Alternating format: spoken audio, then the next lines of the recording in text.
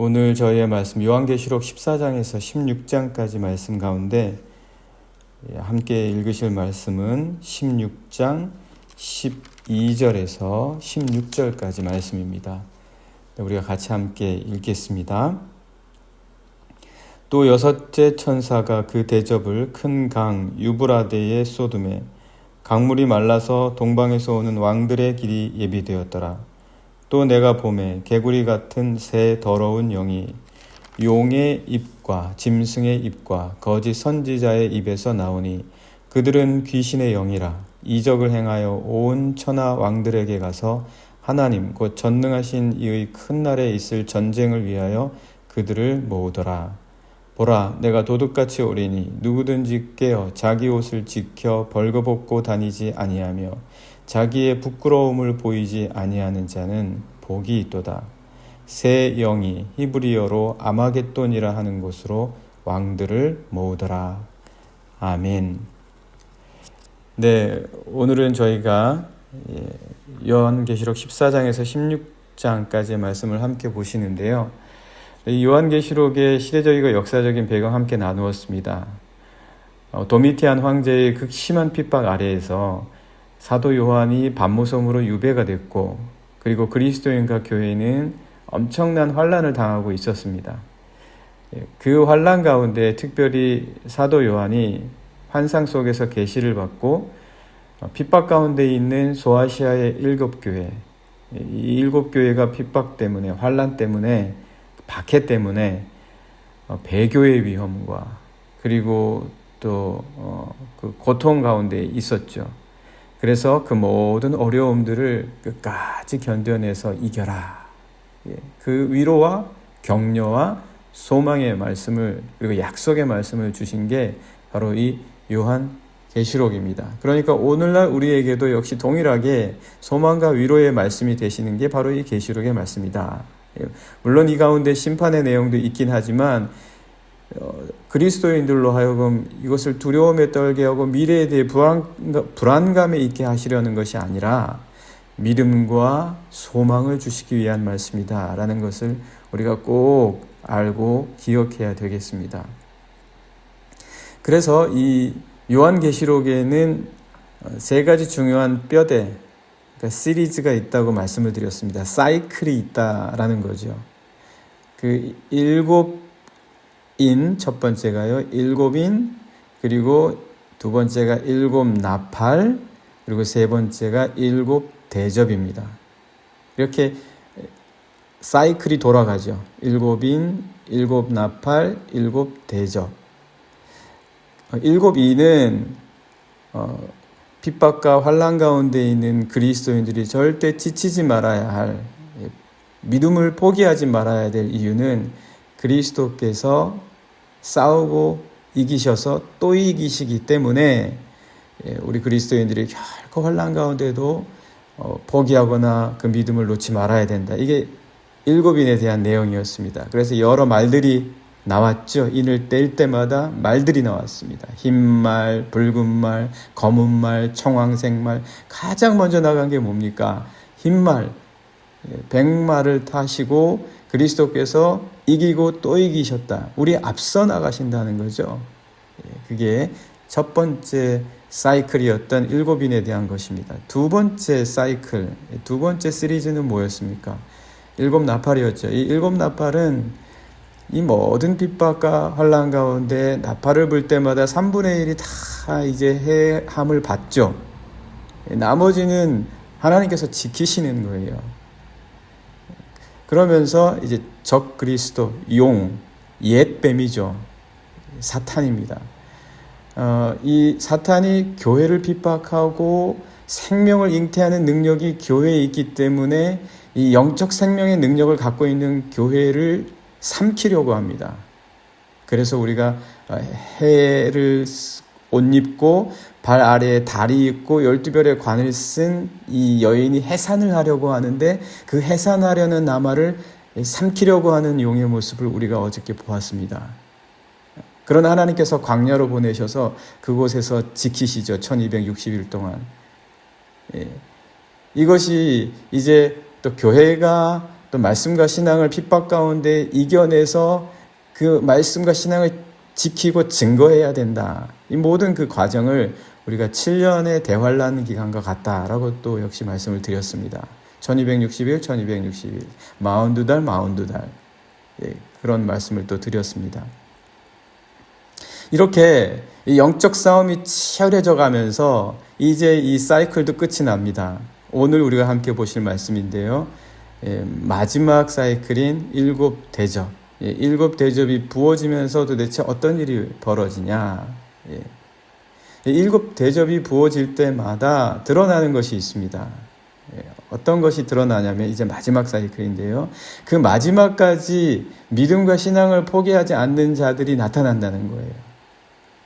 그게 이제 14만 4천인입니다. 14만 4천인.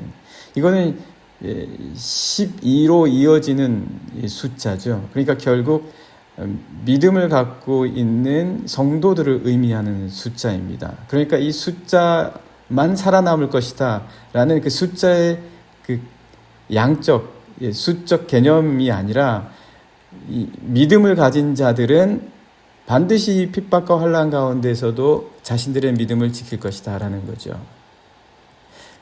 그런데 이 14만 4천인에게는 이마에 표가 있었습니다.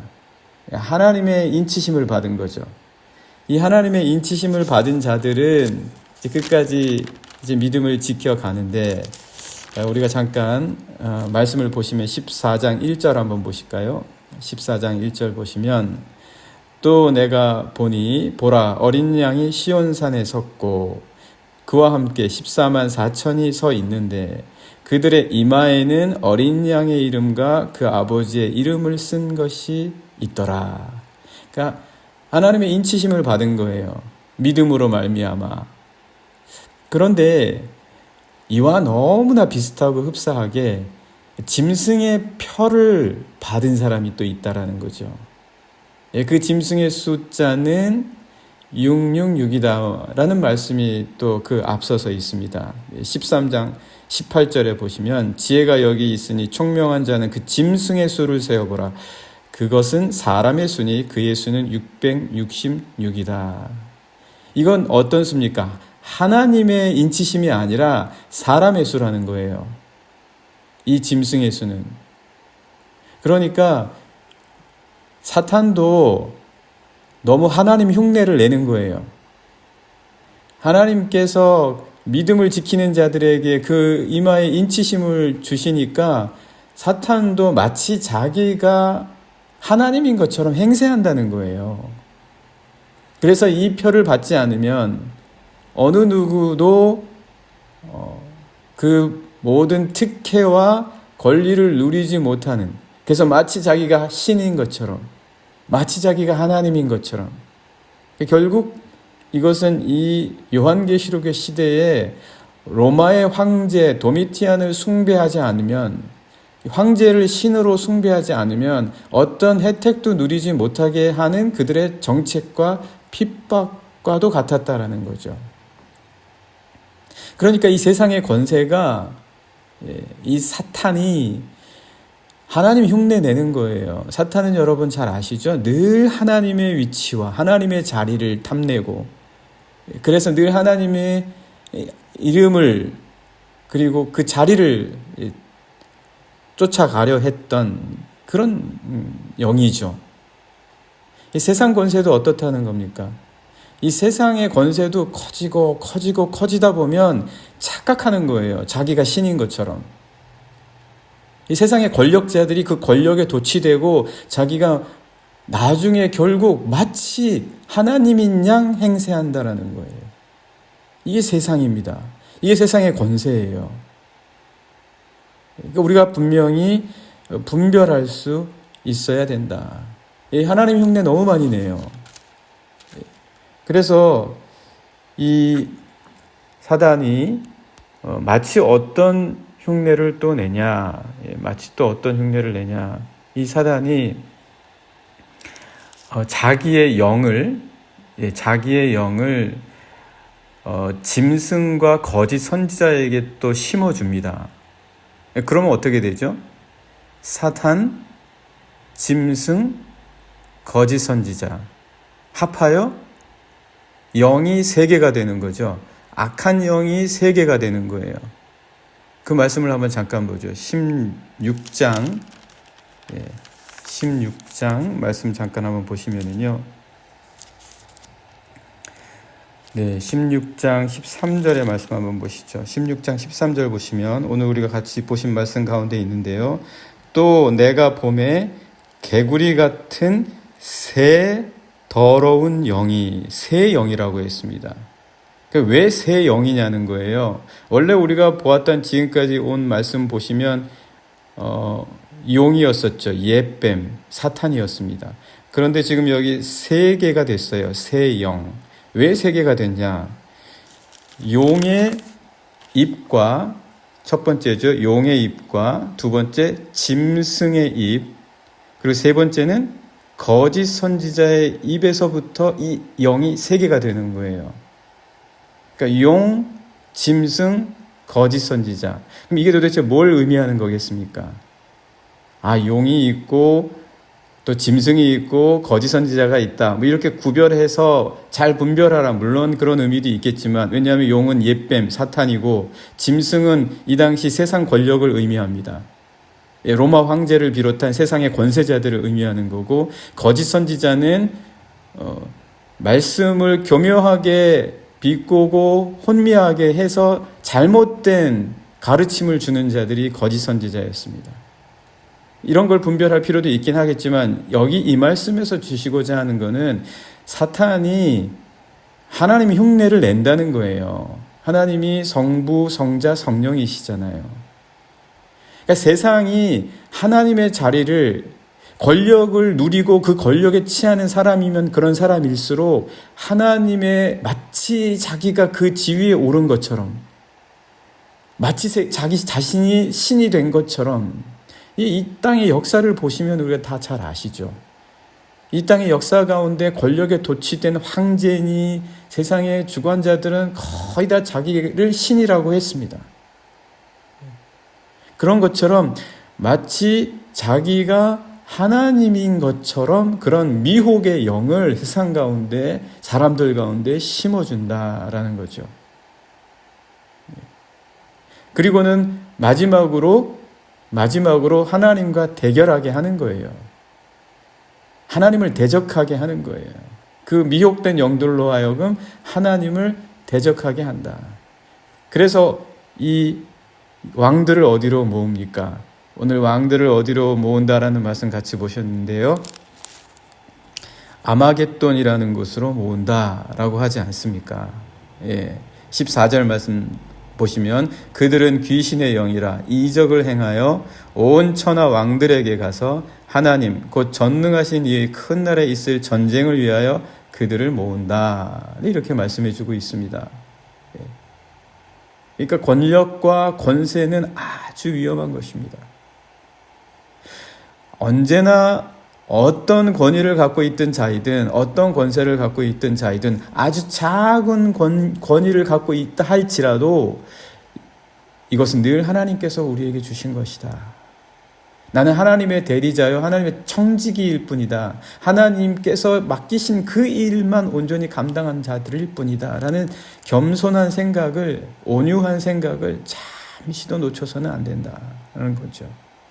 그래서 결국 16절의 말씀을 보시면, 그래서 이 세 영이, 하나님을 흉내낸 사탄의 영들이 히브리어로 아마겟돈이라 하는 곳으로 왕들을 모았다. 이제 마지막 아마겟돈에서 모여서 왜 그곳에 있냐? 하나님을 대적하기 위해서 모인다는 거예요. 왕들이 결국 하는 일이 뭐냐? 권력에 도취돼서 자기가 하나님이라고 하는 거예요. 그래서 그것이 어떤 형식으로 나타나겠습니까? 하나님을 믿는 사람들을 핍박하는 거죠. 교회를 핍박하는 거예요. 그래서 도미티안이 보아하니 이 그리스도인이라고 하는 사람들이 자기를 주라고 하지 않고 이상한 성서에 나오는 하나님, 그리스도 예수를 신이라고, 퀴리오스라고 하니 자신이 참지 못하는 거예요. 내가 신인데. 그래서 핍박을 가하는 거죠. 결국 이 왕들이 아마겟돈에 모인 이유가 뭐냐? 교회를 핍박하고 그리고 그리스도인들을 핍박하기 위해서 모였다. 이 아마겟돈이라는 말은요, 이 아마겟돈이라는 말은 이거 하르라는 히브리어죠. 마겟돈은 무깃도라는 말하고 음가가 아주 비슷한 것이 무깃도를 지칭하기 때문에 그렇습니다. 무깃도는 이제 가나안에 있는 한 지명이고 메소포타미아, 그러니까 페르시아와 바벨론과 그리고 이집트를 이어주는 아주 중요한 전략적 요충지였습니다. 그래서 애굽의 바로 느고가 아시리아를 돕고 바벨론과 전쟁을 한다는 명목으로 이스라엘을 통과하려고 했죠. 그때 열왕기하 23장 보면 요시야 왕이 그것을 막기 위해서 변장하고 나가서 싸우다가 죽은 것이 바로 무깃도입니다. 그러면 이 무깃도, 아마겟돈에 모인다는, 특별히 이 무깃도를 지칭한 이유가 뭐냐? 왜 무깃도를 지칭해서 아마겟돈의 왕들이 모인다고 했냐? 교회를 대적한다는 얘기예요. 이스라엘을 대적하는 것처럼 왕들이 오는 이유는 하나님의 자리를 자기들이 차지하겠다는 얘기라는 겁니다. 과학이, 인간이 만들어낸 과학으로 인간이 왕이 되고 인간이 신이 되는 거예요. 전에는 인간이 하나님이 주신 생명을 잉태하는 능력으로 살아왔지만, 이 문명과 역사를 이어왔지만, 이제 우리 기술로 생명을 만들어내겠다. 우리가 신이다. 우리의 문명으로 이 신앙을 대체하겠다. 우리의 과학과 기술로 우주를 정복하겠다. 이게 커지고 커지면 커질수록 가족도 해체시키고 생명도 해체시키고 그리고 자신들의 과학과 기술이 신이 돼버리는 거죠. 과거나 오늘이나 다를 바가 없습니다. 그러면 왜 또 특별히 이 무깃도, 왜 아마겟돈이라고 했냐? 우리가 이긴다는 거예요. 마치 요시야를 이기고 그 이후에 이스라엘이 바벨론에 의해서 패망된 것처럼 우리 인간의 기술이, 그리고 우리 인간의 능력이 신을 대체하겠다라는 거예요. 그런데 소아시아 7교회에 어떤 자들이 있었습니까? 니골라당이 있었고요. 이세벨을 따르는 자들이 있었습니다. 그들이 어떤 자들입니까? 그렇다. 맞다. 우리 교회가 굳이 뭐 그렇게 우리의 믿음과 신앙도 결국은 같은 말 아니냐. 이렇게 따라가는 자들이 있었다라는 거예요. 그래서 어떻게 하라는 겁니까? 분별하라는 거예요. 그거는 뿌리를 뽑으려는 것이다. 이스라엘이 왜 중요하냐? 이스라엘이 없어지면 좋겠습니까? 이 문제와 분쟁의 근원이니까 이스라엘이 없어지고 그냥 평화지대를 만들면 좋겠습니까? 그곳에? 물론 역사주의자와 세대주의자들의 과격한 주장으로 이스라엘로 또 그곳에 있는 마지막 아마겟돈의 전쟁이 이 성서에 나오는 것처럼 그때와 시와 모든 것이 일치해서 역사적인 현실로 나타날 것이다라고 하는 과도한 역사주의나 세대주의는 피해야 되겠지만, 오늘 우리에게 있어서 사도 바울이 말한 것처럼 내가 이스라엘과 유대인을 위하여 기도하겠다라고 한 그 이유가 뭡니까? 거기에 우리의 신앙의 뿌리가 있기 때문입니다. 거기에 우리의 믿음의 근거가 있기 때문이에요. 그러니까 이 하나님의 자리에 오르려고 하는 그 시도는 결국 바로 느고와 아스리아와 바벨론이 이스라엘을 없애려고 했던 것과 같이 하나님의 믿음과 신앙의 근거와 뿌리를 없애려고 하는 실제적인 영적인 전쟁과 시도가 오늘날에도 있다라는 거예요. 그러니까 분별하라는 거예요. 요한 사도가. 그래서 오늘 15절 말씀 보십시오. 15절 말씀 보시면 이 전쟁 아마겟돈 이야기하다가 갑자기 깨어 있어라 이 얘기하거든요. 15절 말씀 보시면 보라 내가 도둑같이 오리니 누구든지 깨어 자기 옷을 지켜 벌거벗고 다니지 아니하며 자기의 부끄러움을 보이지 아니하는 자는 복이 있다. 지금 이 세상이 어떤 세상인데 왜 벌거벗고 다니려고 하냐? 벌거벗고 다닌다는 거는 믿음으로 덧입지 않은 거예요. 준비되지 않은 거예요. 그냥 있는 세상 니골라 당이나 이세벨의 당처럼 그래 지금 결국은 이 로마 황제 아래에서 살아가는 게 더 좋잖아. 이렇게 분별하지 못하는 하나님의 인치심을 받지 못하는 자들이 생겨나지 않도록 너희들의 믿음의 뿌리를 없애려고 하는 이 영적 전쟁의 싸움에서 너희들이 지금 이제 이 세상에서 벌어지고 있는 일이 무엇인지를 잘 깨달아야 된다라는 그 말씀입니다. 오늘 이 시간 함께 기도하기 원합니다. 하나님, 오늘 저희들에게 있는 이 싸움이 어떠한 싸움인지 알게 하시고 단지 물질적인 싸움만이 있는 것이 아니라 실제적인 싸움만이 있는 것이 아니라 현실적인 것만이 아니라 우리의 믿음과 신앙의 뿌리에 대한 그 뿌리를 뽑으려고 하는 세상 권세들의 싸움도 역시 있다라는 것을 알게 하시고 깨어서 분별할 수 있는 자들이 되게 해 주십시오. 같이 기도하시겠습니다.